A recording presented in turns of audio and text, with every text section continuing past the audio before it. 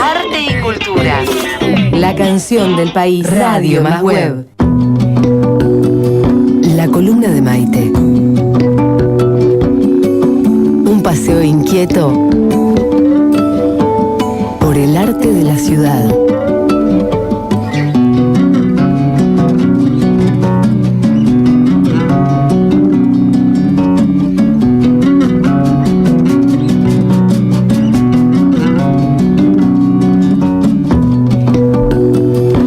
Bueno, nos metemos ahora en la columna de Maite Acosta aquí como todos los jueves para invitarnos a dar un paseo por distintas muestras que se están exponiendo en la ciudad de Rosario. ¿Cómo te va, Maite? Buenas tardes. Muy bien, Berry, ¿cómo estás? Bienvenida, una vez más, y hoy con invitado también. De lujo, como dijimos.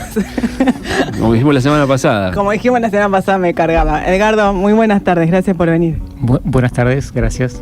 Bueno, presentémosle un poquito Sí. a Edgardo Donoso, que yo les adelantaba a los oyentes, es curador de una muestra de 5 artistas que se puede ver en Fundación OSDE, allí en calle Oroño 970, ¿no? Sí, es una muestra que comenzó hace unas semanas y puede visitarse hasta el 15 de octubre. Se llama La Mirada Negada. Vamos a ir haciendo un recorrido por las distintas propuestas de los artistas que forman parte y con el acompañamiento de Edgardo Donoso, quien fue el curador o moderador de esta muestra, licenciado en Bellas Artes, investigador, profesor de varias materias de la facultad. ¿En cuáles, Escuela de Edgardo? Artes. Hablábamos de análisis semiótico, de semiótica, ¿en qué más? Sí, y también método de la investigación. Método de la investigación. En Humanidades y Artes, ahí En la carrera de Bellas Artes. En la carrera de Bellas Artes. En cuarto año la materia de método de la investigación en tercer año y la materia de semiótica en cuarto año de la especialidad de teoría y crítica. Bueno, y te convocaron como curadora La Mirada Negada. Ahora vamos a contar de esa relación de parte de una de las artistas que también nos decía, bueno, venía un poco encaminado en algunas ideas y por supuesto en la producción de obra, y te invitaron ahí a que aportes qué cosa, unifiques, amplíes la mirada. ¿Cómo fue esa relación? Sí, creo que fue más que nada una cuestión de función. Al grupo tal vez le hacía falta, y también al modo en que la Fundación OSDE trabaja el tema de las muestras, la figura del curador. Y en realidad, ya he comentado en otras oportunidades, ellos son artistas muy maduros y entonces pueden tranquilamente hacer su obra y también hablar de ella. Sencillamente lo que se propuso fue una coordinación del modo de la disposición de las obras en la sala, un trabajo también de reflexión en torno a las cuestiones conceptuales que podían englobarlas. Por ejemplo, recuerdo que apenas empezamos a trabajar en función del tema, surgió la idea y la modalidad por la cual ellos iban a trabajar seguramente en 3 colores básicos, ¿no? En blanco, negro y rojo. Ajá. Esto tiene su explicación también, pero básicamente, digamos, fue como un primer hilo conductor. El color fue en realidad el primer hilo conductor de ellos. Aún sin que ellos lo supieran, ¿no? Digamos, fue así como surgiendo en esa relación que yo en el catálogo puse como modal entre el curador y los artistas. Estos artistas son María Alicia Vicari, Ruperto Fernández Bonina, Marcelo Castaño, Mario Alberto Laus y Guillermo Forchino. Y respecto al nombre de la muestra, que es importante, La Mirada Negada, estaba ya de algún modo sugerido por los artistas antes de que aparecieras, ¿no es cierto?, en este relato. Exactamente, ya ellos habían tomado un texto y convenido que ese podía ser el título de la muestra, un texto de Bonina. En ese texto él señala La Mirada Negada, es una parte, digamos, de un fragmento más amplio de una muestra de él que había hecho antes, y él ahí hace como una especie le da a la frase un significado doble. Por un lado, irrumpe la idea de que la mirada puede ser efectivamente negada en tanto que uno no quiere ver algo, por ejemplo, o cuando el contexto, el entorno, por alguna causa, digamos, impide que uno pueda ver algo, ¿no? Y esta mirada, hace referencia a un modo de conocer, ¿no es cierto? No es solo la posibilidad de ver. Sí, es una metáfora. La mirada que siempre está conectada con la luz, esa metáfora también se expande a la idea del conocer, pero me tragué con el mate. Como decía, tranquilo. Estamos charlando con Edgardo Donoso, que es el curador de La Mirada Negada, que se puede ver en Fundación OSDE, en el 5º piso, ahí de Oroño 971. Los artistas, como decía Maite, Marcelo Castaño, Ruperto Fernández Bonina, de quien aparece esta frase, La Mirada Negada, Guillermo Forchino, Mario Alberto Laus y María Alicia Vicari. En principio, como una característica sobresaliente es que uno ingresa allí y se encuentra con arte político, arte social, se podría decir, para definirlo de alguna manera, y que el oyente también se dé una idea de las temáticas que uno encuentra en la obra de estos 5 artistas: violencia institucional, política, injusticia, salud, enfermedad, cárceles, cuerpos sujetados a distintos modos de invisibilización, también con esta idea de la mirada negada, ¿no? Sí, y además también es increíble, porque si bien la propuesta tiene años, ya algunos de ellos habían trabajado tiempo antes con esos temas, sin embargo todavía hoy cobran una vital actualidad, ¿no? Sí. Y decías, artistas, dijiste una palabra... Maduros. Sí, todos han hecho generacionalmente, obras. Por la edad, por la trayectoria. No, en realidad la idea de maduros tiene que ver más que nada con esta propuesta de pensar una cuestión del arte en relación con saber lo que se está haciendo, ¿no? Ser conscientes de su práctica y además también haber tenido una trayectoria. Cuando digo maduros me refiero a que son conscientes, no son novatos en la práctica del arte. Claro, pero generacionalmente, ¿qué andarán todos en 50, 60 años, todos artistas? Sí. Ponele, más o menos. Sí. Diga, Maite. Ya que hiciste mención, Perry, al tema de la relación entre el arte y la política, estas obras tienen un alto contenido que hacen referencia a cuestiones sociales o relaciones de poder, a la presencia del cuerpo. En relación al texto que vas a presentar unos días en Fundación OSDE, ¿cómo planteás esta relación entre el espectador y la obra en cuanto a la contemplación de un modo más ameno o factible, o esas obras de arte que irrumpen más violentamente en la realidad, y cómo es lo que se puede ver acá? Bueno, son 5 y no todos tienen el mismo modo de producción, claro, y tampoco tienen los mismos intereses. Si bien todos coincidieron en algunos conceptos fundamentales, también es cierto que ellos tenían, modalidades de producción muy distintas. Y los niveles también de expresión y de impacto que generan también son distintos. De hecho, por ejemplo, la obra que presenta Forchino en la entrada, es de un alto impacto. Sí, no estaría bueno avisarlo, pero vayan con cuidado. Yo te digo, la verdad, le saqué la mirada enseguida, me impactó, Ay, qué fuerte que es esa obra, sí. Sí, porque es una obra que tiene unos condimentos muy particulares que hacen que el espectador se sienta por alguna razón tocado. Sobre todo pasamos por esa situación. Hay una cuestión también de similitud, o sea, el cuerpo humano está muy bien resuelto, además también habla de un cuerpo humano en vulnerabilidad, y además también habla de una tensión que se genera con una maquinaria o una especie así como de dispositivo que lo mantiene vivo, agonizante, en el marco de una internación en un hospital. Pero bueno, Forchino, con esa capacidad tan realista lo hemos hablado con él en otras ocasiones, las que había mostrado cierta vez en el Fontana Rosa, tenían como un costado más amable, y él tiene toda una faceta oscureli, en su obra. Sí, el año pasado, ¿no? En la muestra que estaba en el Centro Cultural Fontana Rosa, era mucho más ameno el contenido, eran otro tipo de personajes, tenía otra llegada del público, de un modo más, a lo mejor, más sonriente se podía llegar a esas obras, era mucho más afable. También es cierto que él ha sufrido, últimamente cuestiones familiares que a lo mejor lo animaron a construir ese tipo o a hacer este tipo de producción. ¿Son de ahora? ¿Son de este último tiempo? La obra Basta, que es la que hacemos referencia, es actual, se hizo para esta muestra en particular. Y después, remite también esta idea de los olvidados, se podría decir, a través de las figuras más en miniatura de unos abuelos. Es un banco de plaza, hay un video que remite por ahí a la figura del expresidente Carlos Saúl, ¿no? En realidad, a lo mejor eso fue una proyección. Fue una proyección mía, pero la voz en el video es de él, ¿no? En realidad el video tiene todos los juramentos de los presidentes, de los militares hasta Macri.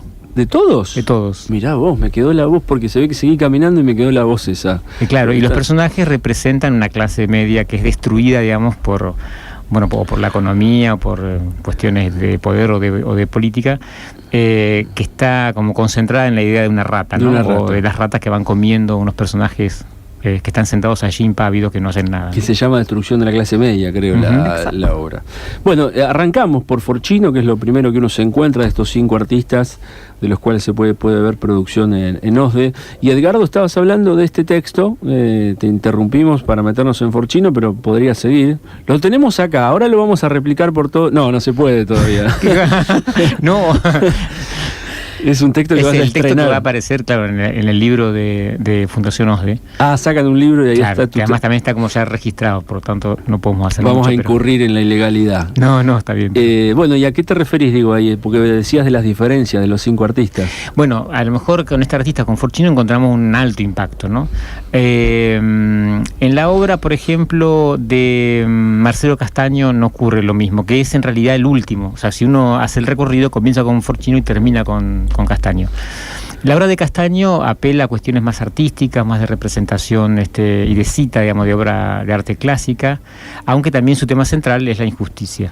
Pero en este caso nos encontramos con otros recursos expresivos que también comunican, pero comunican desde una tensión que está establecida entre el uso de la representación por un lado, en un díptico de gran tamaño, con 16 pequeñas obras que en realidad expresan su contenido a través de las palabras. O sea que hay ahí una tensión también entre la representación, decíamos cuando fuimos a la visita guiada, la representación por parecido visual y una representación por transformación que implica el uso del lenguaje. Para lo cual hay que saber un lenguaje, hay que saber leer, digamos, también, ¿no? El díptico son justamente dos piezas que tendrán unos 4, no, mucho 5 4 metros, ¿no? Casi de ancho. Sí, entre los dos 5 y rodeados por estos otros más 16. chiquitos. Sí. Que aparece de modo curioso también otra referencia, pero a otros animales, así como en Forchino estaba la presencia de la rata que se iba comiendo estos personajes. Acá aparecen el cerdo y la serpiente que conversábamos el otro día, que van aludiendo a distintos universos. Exactamente, sí, ahí también hay como una especie de valorización respecto de los animales. Aparece la serpiente como conectada directamente en su campo semántico con la mentira, según el artista, y el cerdo, que es como un mal consejero, ¿no? Un animal también negativizado en cuanto a los valores. Y a su vez también aparecen detalles pequeños, pero que son también significativos. Por ejemplo, aparece una fuente que tiene un plato que tiene 2 pies apoyándose, digamos, allí.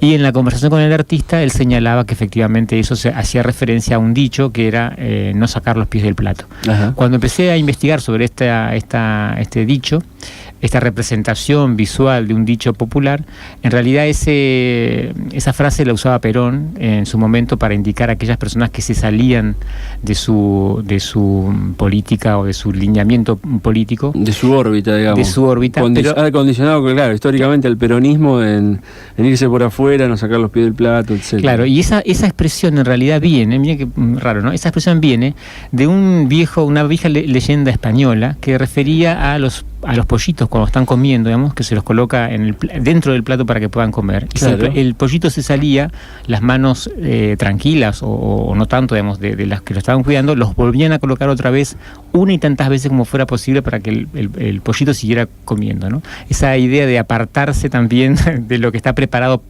es un poco lo que la frase quiere llegar a ser.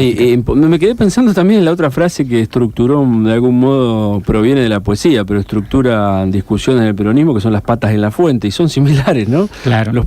Sacar los pies del plato o las patas en la fuente, que hablamos de Leónidas Lamborghini hace poco en la columna de literatura ahí con los chicos. Para el que no pudo ver todavía la muestra, la referencia que estamos teniendo en cuanto a la obra de Marcelo Castaño es una pareja que podría ser un hombre o una mujer, o aluden por lo menos a la obra de Miguel Ángel, que se puede ver en la Capilla Sixtina, que es la creación de Adán. Entonces, esa es la primera cita, de algún modo. Y después van apareciendo muchas frases de la palabra, va acompañando y dándonos otras pistas para poder ingresar desde distintos lugares. Pero en principio son 2 grandes bastidores con esta mujer que tiene una cierta musculatura que puede aludir a otro género probablemente, y a una justicia que ya no tiene los ojos vendados. Entonces van habiendo ciertas modificaciones respecto a la obra original, por supuesto.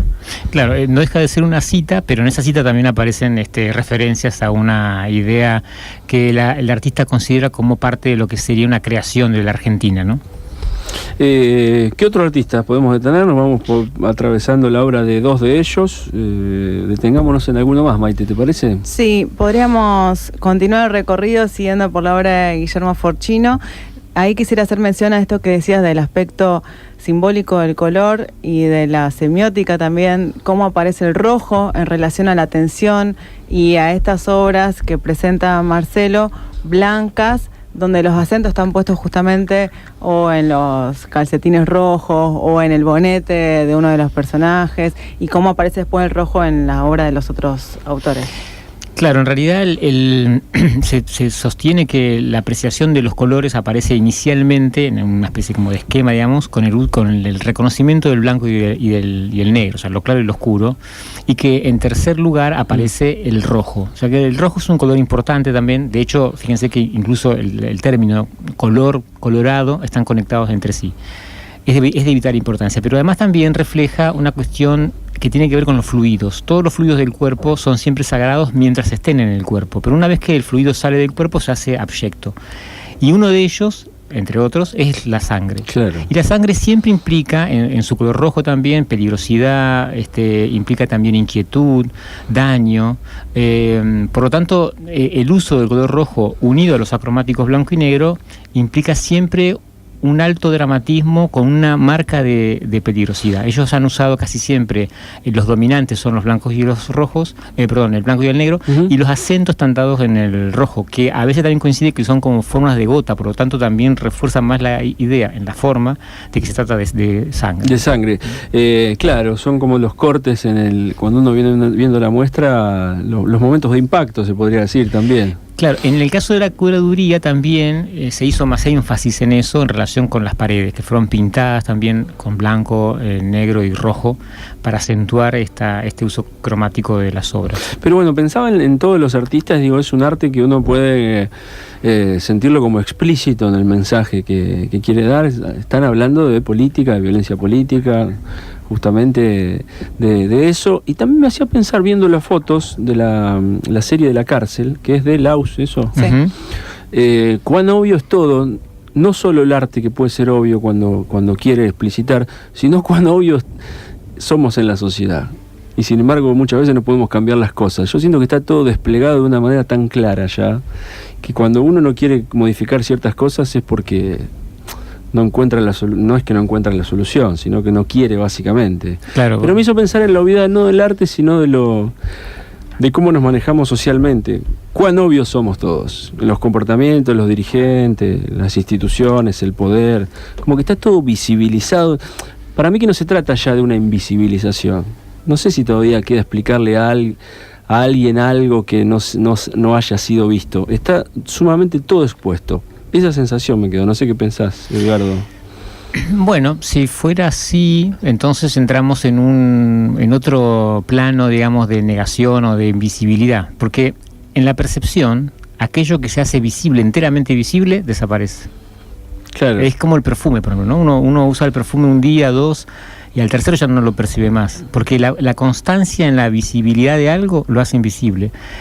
Por lo tanto, yo creo que si la muestra genera una especie como de repulsión en algunos aspectos, o de negación, en el sentido de no querer verla, digamos, es justamente porque está mostrando elementos que a veces no son vistos. Generalmente lo que uno puede ver como una gran invasión a partir de la publicidad o del consumo, digamos, son estados de felicidad, estados de completud. Una persona ahí una persona del público comenta en uno de los videos de una manera muy clara, ¿no? Esta idea de querer ser felices siempre, querer ser eternos, no querer envejecer, claro.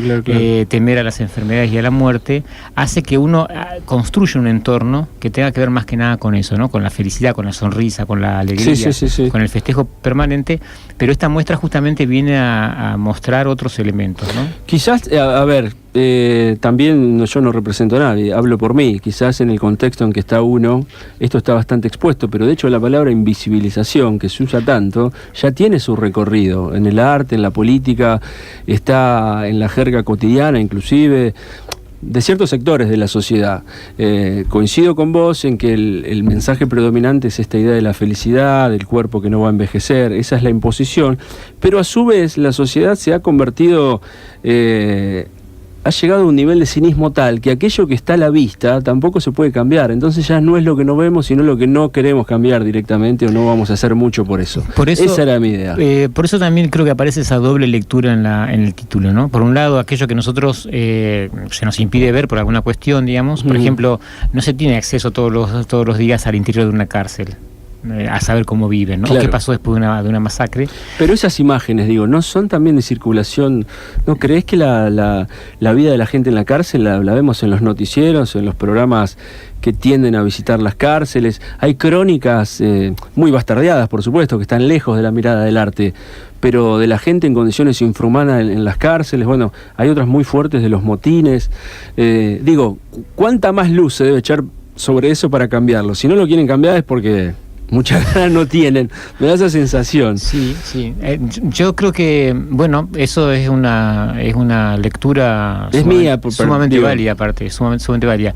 También es cierto que no agregaría mucho más a eso. Yo creo que en el fondo es una reflexión que nos invita a pensar acerca de por qué las cosas no cambian. Sí.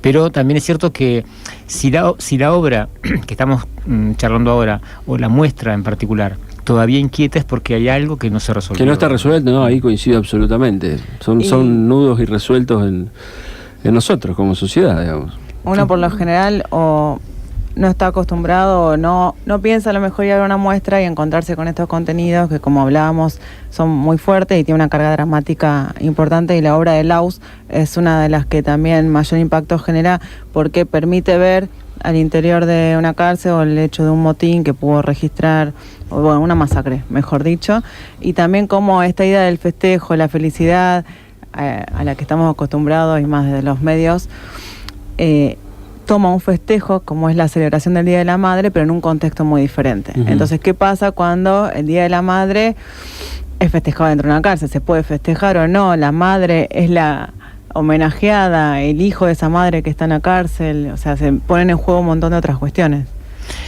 Sí, aparte es como, digamos, yo creo que la muestra merece ser vista, pero no solamente porque tenga elementos que a lo mejor nos puedan chocar o no, sino porque también tiene secretos. O sea, esto no lo puse en texto, no está en el texto. Apareció, mira.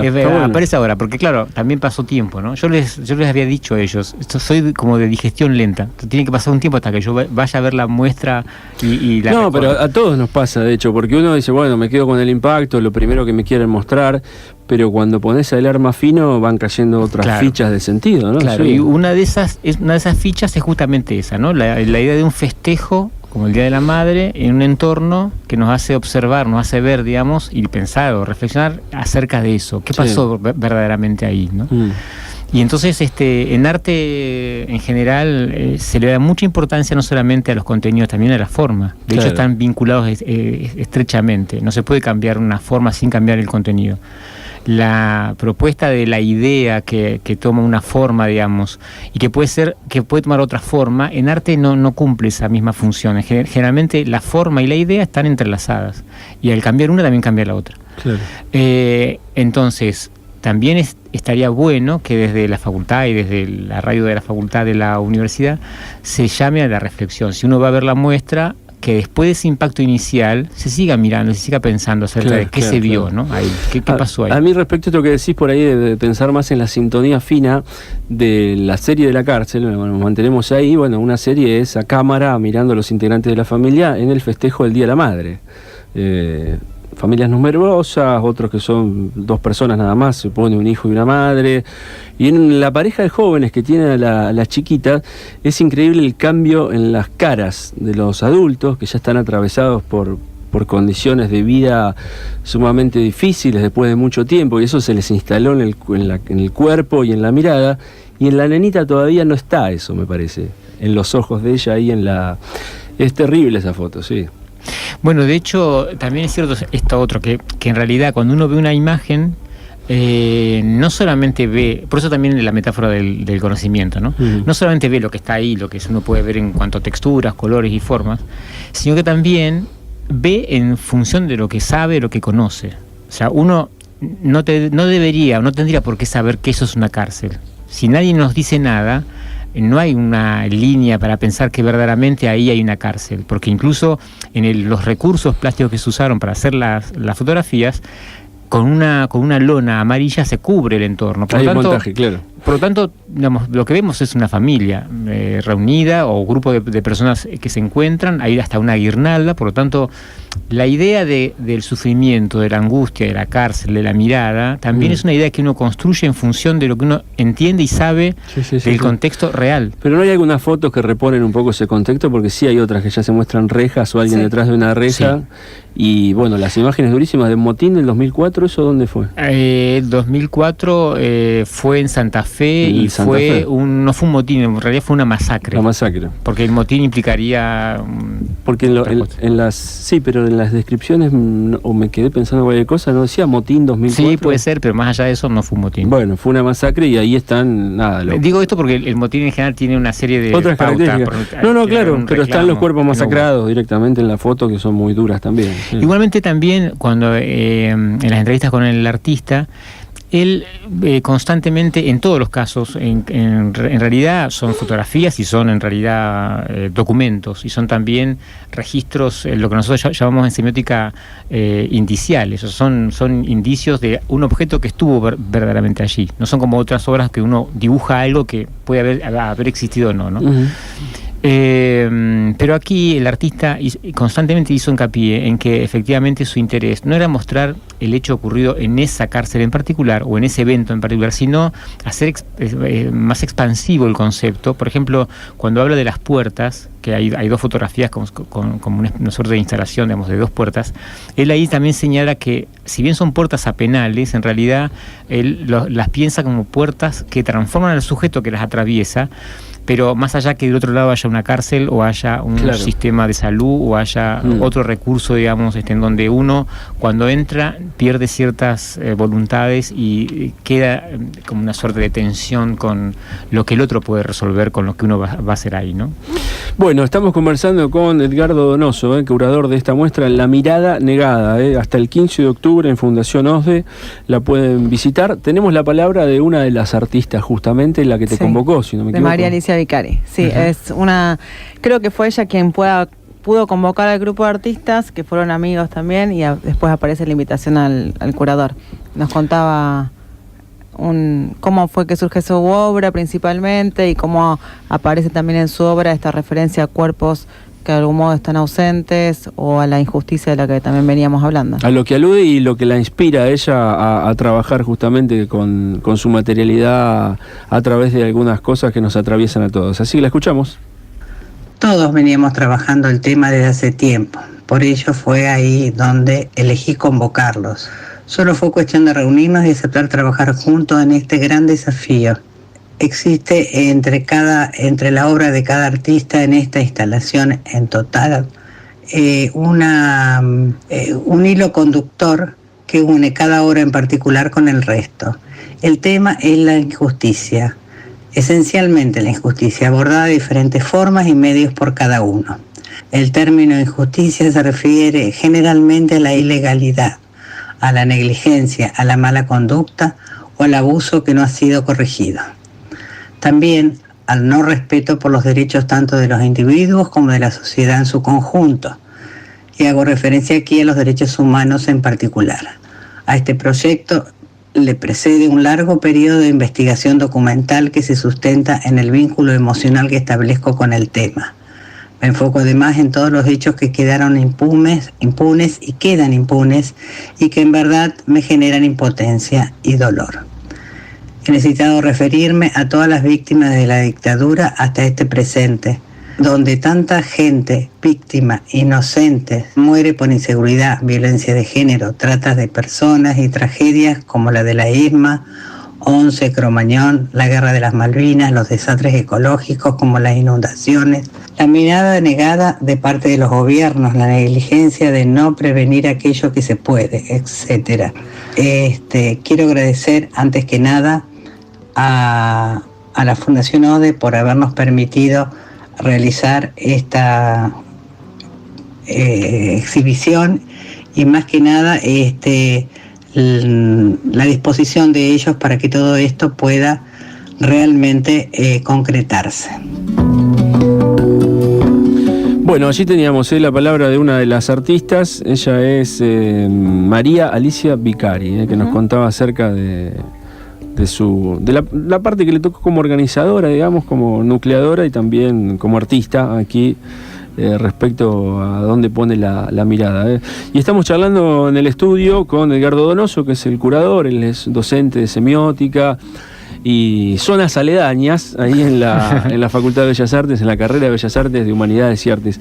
Edgardo, a ver si es posible, digamos, en algunos términos, ¿cómo es esto de la semiótica aplicada a la lectura del arte, la disciplina, ese pensamiento que se vuelca desde la semiótica a leer estos signos, ¿no? Bueno, es una particularidad, digamos, de nuestra carrera de Bellas Artes, que ha incorporado en el taller de TV Crítica esta materia, ¿no? La semiótica, que no es una materia que esté totalmente distribuida en todo el mundo de igual manera, pero que refiere al hecho de que podemos tratar de comprender más que nada cómo una obra dice lo que dice, ¿no? O sea, en el fondo, más allá de lo que la obra comenta, lo que la obra nos transmite, la semiótica se trata de concentrarse en ver cómo es que eso funciona, cuál es su mecanismo de funcionamiento. O sea, que un poco va a trabajar sobre esa línea de los signos, pero también sobre el tema del sentido y de cómo se transmite, ¿no? Cómo uno puede entender algo que se nos cuenta y cómo nosotros podemos contar algo que nos pasó, por ejemplo. ¿Qué sería una especie de aparato teórico crítico para aplicarle a un signo determinado, que puede ser el lenguaje o una obra de arte? Exactamente. La semiótica tiene múltiples funciones. Sus orígenes están muy conectados con la medicina, en realidad, griega. De hecho, la semiología es un recurso que usaban los médicos para comparar los rostros de los enfermos y saber en qué grado estaba de dificultad el paciente. El signo era el rostro de la cara de la gente. Claro, el color de la piel, o lo hundido de los ojos, en fin. Los humores también, ¿no? Y entonces la semiótica, digamos, es un recurso por el cual uno puede comprender aquello que ocurre en función de su carácter sígnico. Y la obra de arte, si bien es cierto que siempre es una expresión que escapa a una totalidad, también es factible o es posible con ella trabajar sus aspectos sígnicos, porque de hecho seguimos hablando de una obra de arte, por ejemplo. ¿Cómo sería eso que escapa a la totalidad? Pero claro, porque digamos, uno piensa que a diferencia de otros tipos de comunicaciones, la obra de arte es un recurso también de comunicación, pero utiliza signos mucho más débiles y en mucha más cantidad. Entonces el espectador, como no puede establecer una comprensión directa, precisa, digamos, entra en un clima afectivo, digamos, y entiende o comprende a partir de lo que siente. Pero ese sentimiento, para algunas teorías cognitivistas, en realidad es, si uno lo mira con una lupa de cerca, lo que vería sería pequeños signos cognitivos que se mueven, ¿no? Digamos, que funcionan, igual que otros, mucho más simples, mucho más claros, pero son muchos y son mucho más débiles. Más velados. Porque uno tiene, ahí aparece la pregunta de esto, de no entiendo lo que estoy leyendo, digamos, que sucede ante el arte, porque hay otros aparatos que leemos todo el tiempo. De hecho, la semiótica lo hace especializadamente, por supuesto que la lengua, los signos de la lengua, pero la moda, la fotografía. Bueno, la fotografía está en el campo del arte, la publicidad, que nos llega todo el tiempo, y ahí pareciera ser que eso la gente lo lee en términos, lo degluta enseguida, no sé si lo reflexiona después cuánto de eso te transforma a vos como sujeto cotidianamente. Claro, de hecho la publicidad es enfáticamente más comunicativa, o sea, es su intención también. Claro. Y entonces es mucho más clara en muchos aspectos, sobre todo algunas publicidades, no todas, pero en su mayoría lo son. El campo del arte apela a otras variables, insisto, más débiles y entonces o más difíciles de recorrer para poder comprender. También es cierto que a veces hay una confusión, que la gente piensa que cuando ve un cuadro, por ejemplo, donde hay una escena que reconoce, porque ve caballos, porque ve personas, porque ve un cielo, piensa que entiende lo que está viendo. Y eso tampoco es así, porque cuando uno dice que entiende lo que está viendo, debería entender también el contexto donde esa obra se construyó, se pintó, se hizo, se ideó. Y entonces también allí podría tratar de reconstituir las intencionalidades. Ajá. Entonces, entender una cosa no significa solamente referenciarla a algo simple, sino que intenta, digamos, como hacemos también en el campo del lenguaje verbal, intenta reconstruir una intencionalidad, no solamente lo que se dice, sino también lo que se quiso decir, ¿no? Y eso es más complejo. ¿Y con la semiótica vas a reponer todo ese contexto, digamos? ¿Cómo lo aplicás en tus clases? Que se leen todos estos signos que nos estás compartiendo acá. Bueno, nosotros tenemos varios recursos, hay como baterías de herramientas, ¿no? Una de las más simples, una de las más simples es y más general también, es considerar como si fueran niveles, ¿no? Hay como un nivel inicial donde uno podría estudiar todo aquello que se relaciona entre sí. Por ejemplo, los colores, como comentábamos antes, ¿no? Los colores entre sí, para ver qué tipo de significación. A veces uno, ¿no? En su carrera, si uno, por ejemplo, círculo cromático y todo eso. Usa blanco y negro, está eliminando la sensualidad del color y está aumentando el dramatismo de lo que quiere contar. Ajá. Eso en cuanto a lo que llamaríamos una sintáctica, digamos. Luego, si trabajamos la relación de lo que estamos viendo con los significados, trabajaríamos en un campo más de la semántica y entonces trataríamos de entender el sentido de lo que estamos viendo, con qué lo podemos conectar. Y a veces, cuando hay falta de recurso figurativo, el espectador no encuentra, digamos, está como desacoplado, dice un autor sobre estética modal, y entonces no puede establecer vínculos afectivos con la obra. ¿Cuándo no hay qué cosas? Recursos figurativos, decir. Entonces, claro. Si uno no, en una hay figuras obra claras abstracta, ahí. Exactamente. Y finalmente, el otro plano que también trabajamos es cuando estudiamos la relación que hay entre esta obra, por ejemplo, el usuario y el contexto, ¿no? O sea, claro. ¿Qué significa? ¿Cómo me impacta a mí, digamos? ¿Qué me sugiere a mí? Y además también, ¿en qué entorno aparece, ¿no? esa obra, por ejemplo? Entonces, a lo que llamamos la pragmática, implica un estudio sobre la relación de los signos con el usuario y con el... Claro. De ahí la distancia... Perdón, Maiti, te pregunto, esto viene atado a la visita anterior de la semana pasada de Marcelo Pombo, que está como curador allí en el Macro, pero es un artista de los 80, 90, sí. Y por lo general la clase de artistas, curadores, críticos como ustedes, suelen estar por su nivel de información mucho más separados del gran público, y cuando encuentran en una obra que por ahí es sumamente política, pero a los ojos del gran público son dos alambres, quiero decir. Sí. Claro, nos perdemos, el gran público se pierde, digamos que ahí sí hay una obra muy interesante y la entenderemos de acá a 20 años, probablemente cuando nos la expliquen, ¿no? ¿Cómo es esta tensión entre el campo del arte que avanza en su vanguardia y muchas veces no es bien leído por los demás mortales? Claro. Esto es interesante. O sea, aparte la idea de mortales genera tensivamente la vinculación con los dioses. Claro. Y no hay tales, ni dioses ni mortales. En realidad, en el fondo, hay acercamientos o alejamientos. Las obras de arte son, en realidad, eso también lo he comentado en varias oportunidades, porque lo maneja también un semiótico de la escuela de Liesga. Las obras de arte son elementos muy complejos, en realidad, no son tan simples. Entonces, como son complejos, requieren también un espectador que trate de establecer un vínculo con ellos. No se puede pensar que si yo voy caminando por una muestra, miro y veo la obra, sí, la voy a comprender y me voy a sentir afectado por ella. Eso no ocurre prácticamente nunca. Sería como una suerte de amor a primera vista. Pero tampoco pasa con las personas. Claro. Uno cuando ve a alguien y cree conocerlo es porque estás estableciendo un vínculo de imposición sobre algún tipo de estereotipo. Bueno, pero lo primero que intercede ahí es la indiferencia. Ahí sí hay es el vínculo de la indiferencia. Es decir, bueno, ¿qué es esto? No lo entiendo. Me voy a otro lado y listo, te olvidaste de esa obra. Claro, lo que pasa es como la primera reacción, ¿no? Lo que pasa es que también ahí hay una expectativa por parte de la obra de arte. O sea, quiero decir, uno piensa que la obra de arte debe ser comunicativa, directa, debe transmitirse por sí misma, no tiene por qué tener ningún tipo de otro contexto. Y hay gente que aún lo sostiene así. La obra de arte tiene que transmitir los sentimientos estando allí, presente. Y nada más. Y ese nada más está, buen punto. No existe un nada más, no existe nada espontáneo, nada.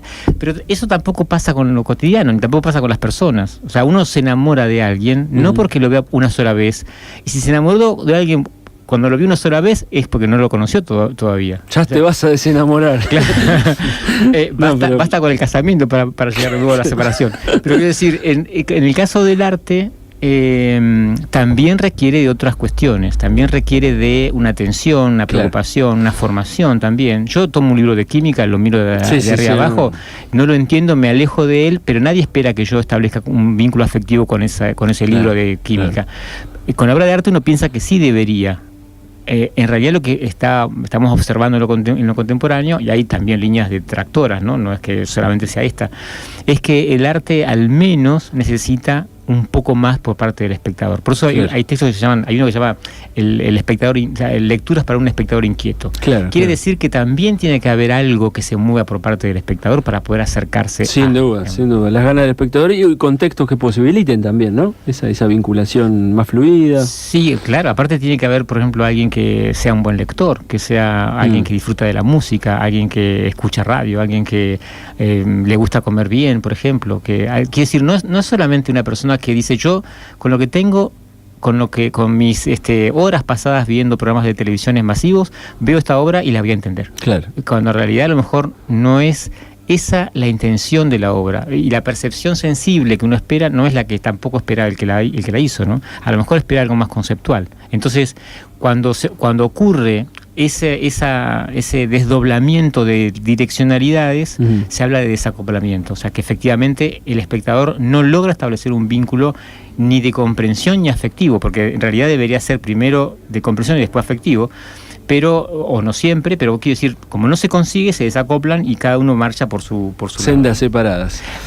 Perdón, lo que iba a agregar, que efectivamente a veces el error es pensar que porque uno no lo entienda, el otro ha dicho algo muy importante, y tampoco eso no es así. Es verdad, está bueno. Dejamos ahí la punta para seguir la conversación entonces en otra oportunidad con Edgardo. Muchas gracias por haber venido. A ustedes. Súper interesante la lectura ya de un crítico, un intelectual, docente además, que aplica toda la historia del análisis sobre el arte y su conocimiento a una muestra que uno puede ver aquí en la ciudad. Son las 4 de la tarde en punto, tenemos que dejar aquí el programa y despedirnos, así que Edgardo, muchísimas gracias. Gracias. Muy amable. A ustedes por la invitación.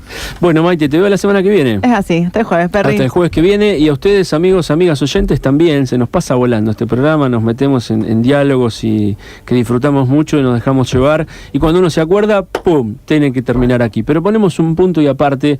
Mañana volvemos y seguiremos, por supuesto, con estos temas en sucesivos encuentros. En lacanciondelpaís.com.ar tienen ahí data, información, agenda, un montón de cosas que les contamos. Que tengan buena tarde, hasta mañana.